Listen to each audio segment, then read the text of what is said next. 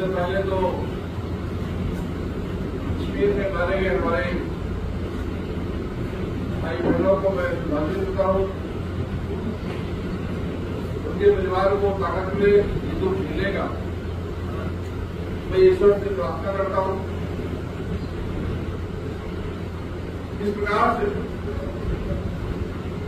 भारत में हमला हुआ और ये सभी जानते हैं कि ये हमला पाकिस्तान के तरफ से, पाकिस्तान द्वारा समर्थित, पाकिस्तान के ताकत से, सपोर्ट से हुआ। और मुझे बुरा यकीन है, मेरा विश्वास है, भारत के प्रधानमंत्री श्री नरेंद्र मोदी जल्द ही इसका जवाब देने वाले। इस प्रकार से माननीय प्रधानमंत्री श्री नरेंद्र मोदी ने देश को परिवारवाद, दहशतवाद, आतंकवाद, भ्रष्टाचारवाद से दूर लाकर एक विकासवादी राजनीति को ताकत दिया। और उस विकासवादी राजनीति में, उस विकास के पथ पर जम्मू कश्मीर भी चल पड़ा। लेकिन ये पाकिस्तान से, बांग्लादेश से और उनके जो सहयोगी भारत में भी है, पाकिस्तान और बांग्लादेश, उनसे देखा नहीं जा रहा। कश्मीर के बच्चे जो पहले पत्र उठाते थे, आज IAS PCS बन रहे हैं, उनके हाथों में रोजगार है। आज वहां पर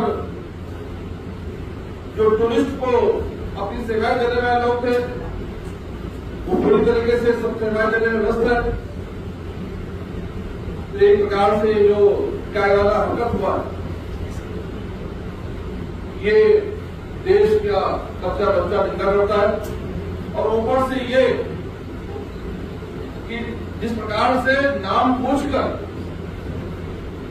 उनको मारा गया, हमारे हिंदू भाइयों पे हमले हुए।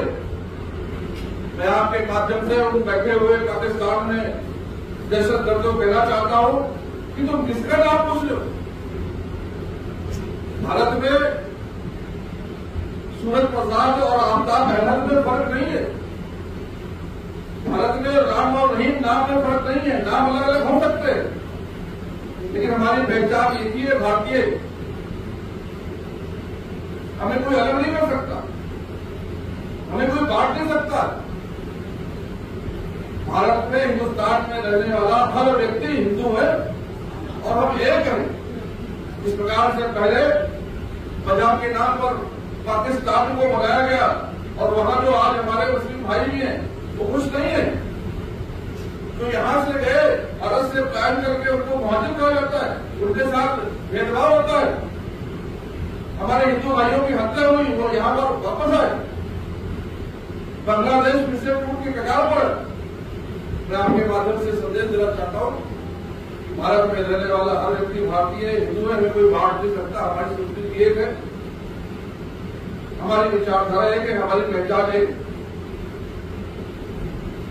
और इसको कोई हमसे अलग नहीं कर सकता। इस प्रकार से वहां 3 पश्चिम बंगाल के हमारे हिंदू भाइयों की हत्या की गई, उसे नाम पूछा गया। वो खेल पहले पश्चिम बंगाल में हो चुका। मुझे तो ये लगता है कि ये जो क्रोनोलॉजी है वो दोनों एक ही है। कोई ना कोई षड्यंत्र, कोई ना कोई आपसी रिश्ता जरूर है। जो पश्चिम बंगाल में हुआ वही नाम पूछकर हिंदू भाइयों को अटैक जो है पहलगाम में भी किया गया। मैं माननीय अमित शाह जी से मांग करूंगा कि ये तार कहीं पश्चिम बंगाल से नहीं जोड़ रहे, क्योंकि यहाँ में हमारे हिंदू भाइयों की हत्या की जा रही है, उनके घरों को जलाया जा रहा है।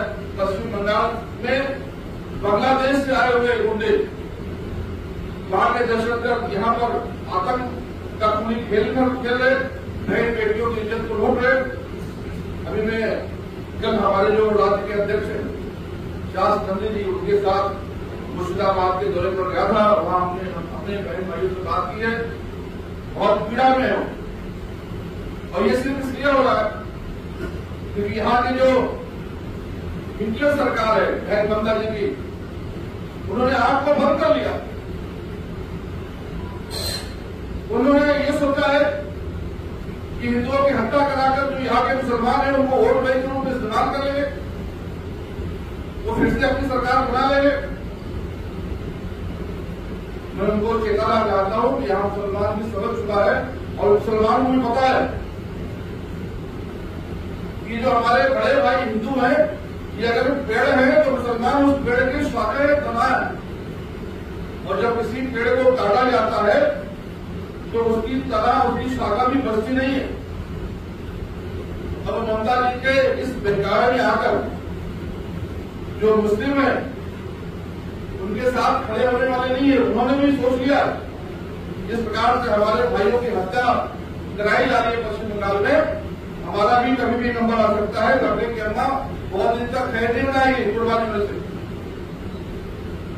कोई ऐसा सगा नहीं जिसको ममता बनर्जी ने ठगा नहीं। ममता जी की किसी से यारी नहीं। आज हिंदू है तो कल मुसलमान की बारी है। ये हमें लोगों ने बताया। हम डर के मारे जरूर कुछ बोल नहीं पा रहे, लेकिन आने वाले 2026 के चुनाव में इसका बदला हिंदू मुसलमान सब मिल कर लेंगे। अभी आपने देखा होगा कि देश में किस प्रकार से वक्त प्रॉपर्टी को लूटा गया। लगभग 10 लाख प्रॉपर्टी वक्त की पूरे भारतवर्ष में है, और इस पश्चिम बंगाल में लगभग 87,000 प्रॉपर्टियां। डाटा बताता है कि जेपीसी की रिपोर्ट है वो बताती है। इसके पहले जब सच्चर कमेटी की रिपोर्ट आई थी 2006 में, उन्होंने बताया कि भारी तादाद में पश्चिम बंगाल की जो प्रॉपर्टियां है उसकी लूट हुई है, उसको बेचा गया, उसका दुरुपयोग हुआ। जो प्रॉपर्टियां हैं अनेक अनेक किराए के दामों में बेची गई है, जिसका किराया 25,000 होना चाहिए वो 200 रुपये 100 रुपये के लीज पर दिया गया। ये जो लूट हुई है देश भर में खुल्ला लूट हुई है, ये कोई भारतीय जनता पार्टी और उसके सहयोगी लोगों ने नहीं किया, ये सब कांग्रेस के लोग हैं। देश के वर्ग के प्रॉपर्टी पे लूट ना हो, क्योंकि ये बहुत पवित्र प्रॉपर्टी, और मतलब अल्लाह के राह में दान कर देना, और ये अल्लाह की प्रॉपर्टी हो जाती है। अल्लाह की प्रॉपर्टी से श्री यतीम, बेवा, मिस्कीन, बेसहारा, बेरोजगार इनको लाभ मिलना चाहिए। इनको तो कहीं लाभ मिला नहीं। सारी प्रॉपर्टियों पर ये जो सरकार में बैठे हुए ताकतवर लोग थे और सरकार के बिठाने के लिए जिन्होंने इनको सहयोग किया था, उन लोगों ने इसको लूटा। बहुत दिनों से मांग व्यक्त कर रही थी इस लूट के लाइसेंस को रद्द करना चाहिए, इसमें संशोधन करना चाहिए, जिससे कोई इसका दुरुपयोग न कर पाए। उस संशोधन को माननीय प्रधानमंत्री श्री नरेंद्र मोदी ने अभी पास करवाया, अभी बिल लागू हुआ। लेकिन मुझे दुख इस बात, ऐसा कानून जिसके माध्यम से गरीब को उनका हक मिलने वाला है, अल्लाह की प्रॉपर्टी छूटने वाली है, वहां भी हमारी बहन ममता जी कहती है कि हम उसको इस देश में, इस पश्चिम बंगाल में लागू नहीं होने देंगे। कितने अफसोस की बात है। आखिर पश्चिम बंगाल को भारत से ममता जी अलग देख रही है। क्या पश्चिम बंगाल भारत का हिस्सा नहीं है? क्या पश्चिम बंगाल के गरीबों को न्याय नहीं मिलना चाहिए? ये एक प्रकार से अपने आप को जो महारानी समझने लगी है, इनको कोई समझाए कि आपकी कुर्सी बहुत दिन तक नहीं है, आप यहाँ की महारानी नहीं है। आपको 5 सालों के लिए चुना गया था, और 5 सालों में आपने किस प्रकार से लोगों को गुमराह किया, और आपको सिर्फ चुना इसलिए गया था क्योंकि आपने मुस्लिम को बहकाया। आपके बहकावे में आकर, डर में आकर जो आपने डर दिखाया सीए के नाम पर, ठीक चुनाव से पहले 21 में इसी प्रकार से जो सीए कानून लागू हुआ था, यही ममता बनर्जी कहती थी कि यहाँ के जो हमारे भाई बहन मुसलमान है उनको पाकिस्तान भेज दिया जाएगा, उनको बांग्लादेश भेज दिया जाएगा, उनके घरों को छीन लिया जाएगा। और मैं आपके सामने इस बात को एक्सेप्ट करना चाहता हूं कि एक भी व्यक्ति को न पाकिस्तान भेजा गया, न बांग्लादेश भेजा गया, सारे जो भारतीय है उनको तरक्की के लिए माननीय प्रधानमंत्री श्री नरेंद्र मोदी ने योजनाओं के माध्यम से लाभ दिया, वो आगे बढ़ रहे। और इसी प्रकार से अब 2026 के चुनाव में ये वक्त अमेंडमेंट बिल को एक चुनावी हथियार के रूप में इस्तेमाल कर हमारे यहाँ पश्चिम बंगाल के भाई बहनों को वो ठगना चाहती है। तो मैं आपके माध्यम से वो कहना चाहता हूँ कि अब काट की हानि बार बार करने वाली नहीं है। आपके गुमराह करने में कोई नहीं आने वाला, क्योंकि यहाँ के भी लोगों को पता है, पश्चिम बंगाल के हमारे जो भाई बहन है उनको पता है कि आपने किस तरह से अपने मंत्रियों के माध्यम से वक्त की प्रॉपर्टी को लूटा। मौलाना आजाद साहब के जो क्वार्टर है, मौलाना खैरुद्दीन साहब, उनकी मजार इसी कोलकाता में है। उनके मजार के आसपास की सैकड़ों दुकानें, सैकड़ों प्रॉपर्टी जो वहां पर थी उसको ऐसे ही आक्रमणकारियों के हवाले मंगल ने कर दिया। आज वहां दरगाह में जाएंगे तो वहां दरगाह पर जाने के लिए जगह नहीं मिलती है। उसी प्रकार से जो यहाँ पर प्रॉपर्टी है उस प्रॉपर्टियों में जो 80,480 प्रॉपर्टियां हैं उसमें 6,000 प्रॉपर्टियों को इन्होंने अपने माफियाओं के हवाले कर दिया। ये जेपीसी की रिपोर्ट में भी है। और उसमें कौन लोग हैं? उसमें एक नंबर के जो सबसे बड़े कब्जेदार हैं वो फरीद हकीम साहब है, जिनको बाबी हकीम भी कहा जाता है। वो इनके मंत्री हैं, यहाँ के मेयर भी थे। उसी प्रकार से दूसरे इनके लाडले मंत्री हैं इमरान साहब, जो राज्यसभा के एक एमपी है। उसी प्रकार से जाकिर साहब, जो वक्त माफिया के रूप में से कर जाते हैं, जो भी मंत्री हैं, और जावेद खान साहब।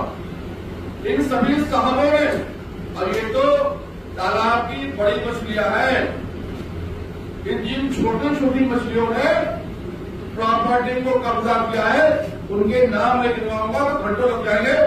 सारे नाम मोदी सरकार ने निकाल लिए और जल्द ही इन सब पर कार्रवाई होगी।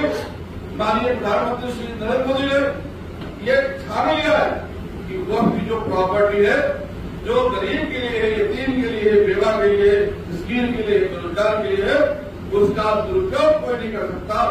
जितने लोगों ने वक्त की प्रॉपर्टी भी कब्जा किया है उसको जरूर छुड़वाकर उनके हवाले किया जाएगा, गरीबों के हवाले किया जाएगा।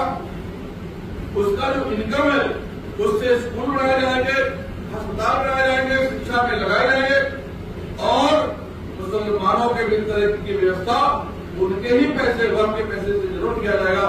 इन सब विषयों को लेकर मैं आपके बीच में यहाँ पर आया हूँ और मुझे खुशी इस बात की कि जो लोग अपने आप को मुसलमान की पार्टी कहते थे, जो लोग मुसलमानों के अपने आप को हमदर्द करते थे, अल्लाह पाक ने उनको इस काम में नहीं लगाया।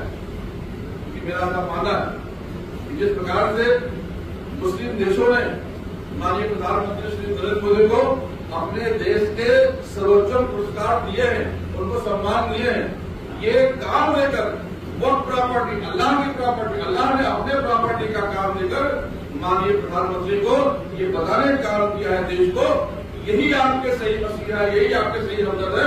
क्योंकि इस्लाम में कहा गया कि आपको कोई प्रॉफिट नहीं आएगा और दीन के काम के लिए, मुसलमानों के काम के लिए अल्लाह पाक उन्हीं में से जो लोग हैं उनमें से अच्छे सच्चे और अपने महबूब बंदे को चुनकर अपने काम को करवाएगा।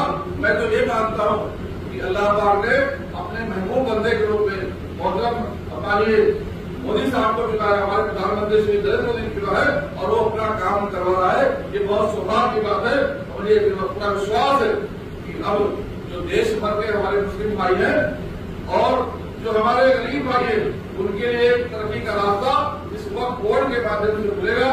जो भ्रष्टाचार है उस पर ताला लगाया जाएगा और उसके पैसे से मुसलमानों की तरक्की के किस्मत निकल जाएंगे। बहुत बहुत शुक्रिया, मैंने अपनी बात को रखा। आप भी हमारा कुछ मार्गदर्शन करना चाहते हैं, आप भी आपका कोई प्रश्न करना चाहते हैं तो आमंत्रित। चमेली के अपोजिशन लीडर सत्येंद्र अधिकारी ने वादे अल्फाज में कहा नो मिलिट माइनॉरिटी मोर्चा। उन्होंने ये भी कहा कि ये 50% विकास जो है जो हमारे साथ हम उनके साथ। एक सवाल, दूसरा सवाल जो लेने दूसरे सवाल ये कि वक्त वोट के लिए सरकार ने कहा कि ये मुसलमानों की भलाई के लिए है। आप लोगों ने मौलाना अबुल कलाम आजाद जो पहले की था वो बंद कर दिया, माइनॉरिटी के जो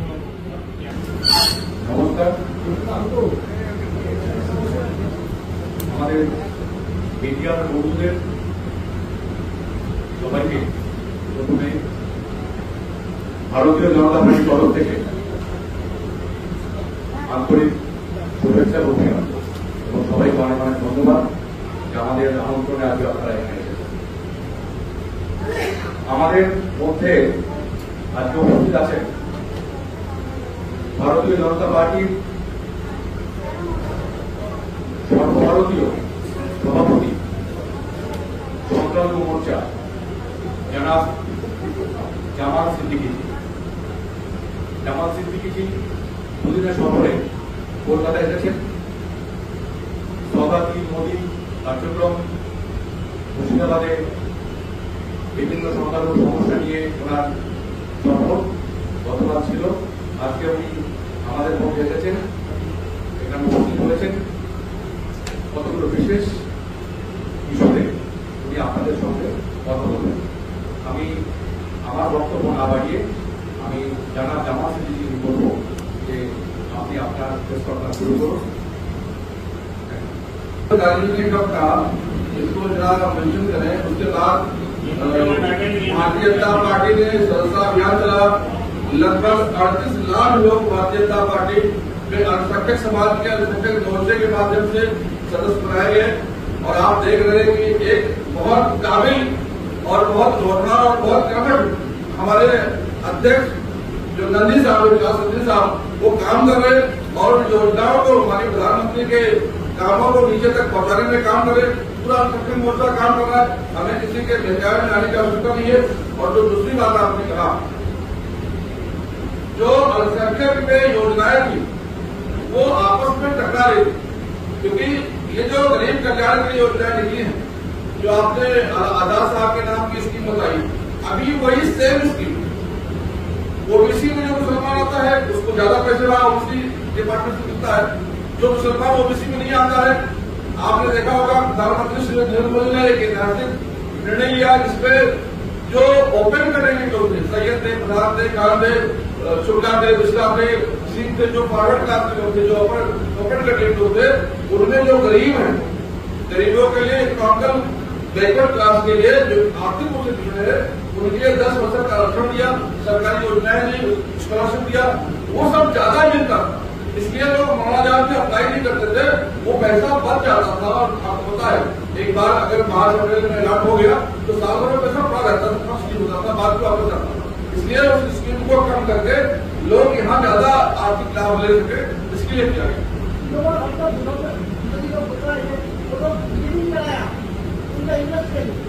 क्या करा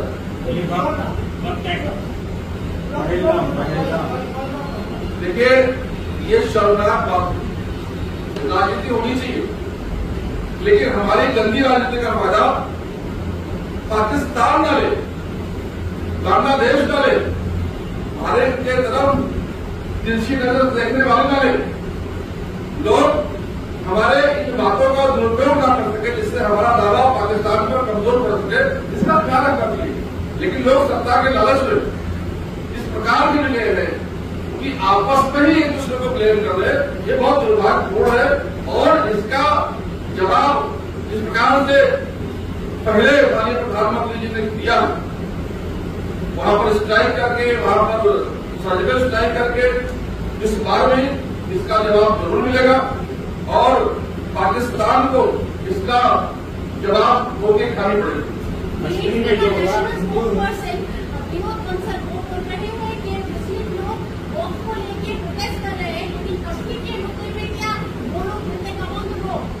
देखिए, बहुत खुशी की बात है कि कश्मीर भी अब विकास के पथ पर चल चुका है। कश्मीर को भी माननीय प्रधानमंत्री को विश्वास आ गया। इसलिए आपने देखा होगा कि पहली बार इतिहास में कश्मीरियों ने भारत के पक्ष में बंद किया। अभी तक भारत के खिलाफ बंद करते थे और कश्मीर का बच्चा सड़क पर उतरा है, वो निंदा कर रहा है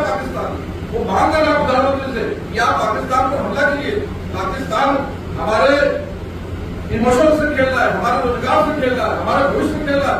और मुझे पूरा विश्वास है कि इसका सबक जरूर को पाकिस्तान को लेना पड़ेगा। कश्मीर में जो हुआ ये चाहे दर्दनाक अफसोसनाक है, इसकी जितनी भी मरम्मत करे कम है, लेकिन इसकी जिम्मेदारी को जो है वजीर दाखिला को लेना चाहिए, क्योंकि वहाँ की पुलिस, वहाँ की तमाम एजेंसियां जो है वो अमित शाह के अंदर में है। देखिए वजीर दाखिला में गया और ये पहली बार ऐसा हुआ कि वजीर दाखिला अटैक के फौरन का उस जगह गए जहां अटैक हुआ।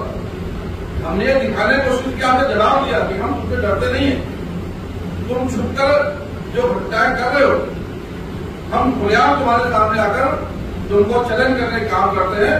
और इससे जो हमारे देश के लोग हैं, जो जम्मू कश्मीर में पर्यटक हैं, उनको हिम्मत आई है। और अमित शाह जी को देश भर के लोग दिखाई देते हैं कि आप जिस तरह से एक पालक के रूप में, एक मुखिया के रूप में खड़े हुए और आपने लोगों के आंसू पोंछने का काम किया। जिस प्रकार से वहां इंक्वायरी शुरू हुई है, मुझे पूरा विश्वास है कि उन दहशतगर्दों को मारकर गिराया जाएगा और पाकिस्तान को इसका जरूर सबक सिखाया जाएगा। 2-3 दिन पहले मुख्यमंत्री ममता बनर्जी गए हैं कि अमित शाह को मोदी जी ने सभी इम्पोर्टेंट मिनिस्ट्री देके रखे हैं और उसी के 2-3 दिन बाद आज कश्मीर में ऐसा हो गया। मुझे तो ये संदेह है कि कहीं ममता जी के गुंडे और उनके बांग्लादेशी समर्थक जो पश्चिम बंगाल में मुर्शिदाबाद में हमारे हिंदू भाइयों को हिट कर रहे थे, उसको मार रहे थे, उनके बहुवचन के साथ खिलवाड़ कर रहे थे, उनके घरों जला रहे थे, कहीं यही लोग तो जाकर कश्मीर में उन्हीं खेल तो नहीं कर रहे। ये जांच का विषय मैं अमित शाह जी से मिलूंगा और बात करूंगा, इसकी जांच करवाई जाए, कहीं इसका कनेक्शन पश्चिम बंगाल के ममता के गुंडों के साथ तो नहीं है। भाजपा के कुछ नेता बोल रहे हैं कि यहाँ पे हिंदुओं का जो हाल है अपने बचाव के लिए तो घर में आम सजना चाहिए। तो आपने एक बार ये विजिट तो नहीं बात सोच रही कि अपने सुरक्षा के लिए तो घर में आम सजना चाहिए। देखिए सिचुएशन तो इंटरनेट दीदी ने खराब करके रखा है, एक भय का माहौल है, एक जो है लोगों में एक ऐसी आश्वासन की भावना जाग रही है कि यहाँ की सरकार पर लोगों पर भरोसा नहीं है। ये वजह है कि केंद्र से माननीय प्रधानमंत्री जी को, अमित शाह जी को लक्षण भेजने पड़े, सुरक्षा एजेंसियों को भेजना पड़ा, लगाना पड़ा। हाँ, अगर किसी भाई को लगता है कि हथियार रखने चाहिए तो लाइसेंस लेकर, कानूनी तौर से लाइसेंस लेकर उसको जरूर हथियार रखने चाहिए, क्योंकि ममता के कानून पर किसी को भरोसा नहीं है, मुझे भी नहीं है। मुझे वायु श्रेणी की सुरक्षा, मैं कल से दौरे पर हूं, मैं मुर्शिदाबाद गया, हरिहरपुरा गया, मैं हमारे भाई बहनों से मिला लाकर, लेकिन ममता की सरकार ने मुझे वायु पर सुरक्षा होने के बाद भी कल सुरक्षा नहीं दिया, आज मुझे 2 गार्ड भेजे। तो जब ये मेरे से पदाधिकारी के कारण जिनको सुरक्षा दिया गया है सरकार की तरफ से, उस कानून को नहीं मानती है, यहाँ सुरक्षा नहीं देती है, तो हमारे भाई बहनों को अपनी सुरक्षा की जिम्मा तो लेना ही पड़ेगा। इसमें कोई बुराई नहीं है, आपका सुरक्षा अपने हाथ में रखना चाहिए और ममता बनर्जी के भरोसे रहेंगे, इसी प्रकार से रखेंगे।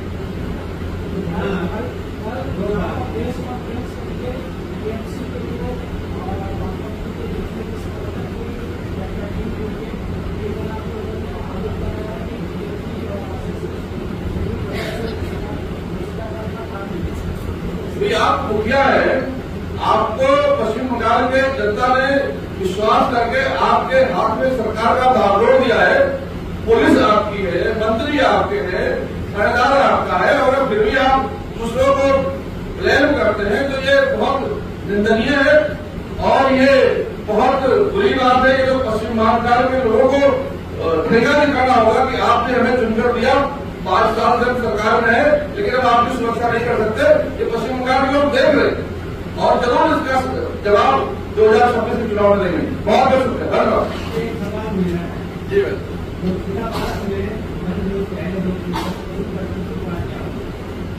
कितने लोग मारे? ये तो आप बताएंगे, मैं तो बाहर का मेहमान आता है। कितने लोग मारे हैं और क्या हिंदू भाई मारे हैं? मैं भारतीयों की बात कर रहा हूँ, ये हिंदू मुसलमान में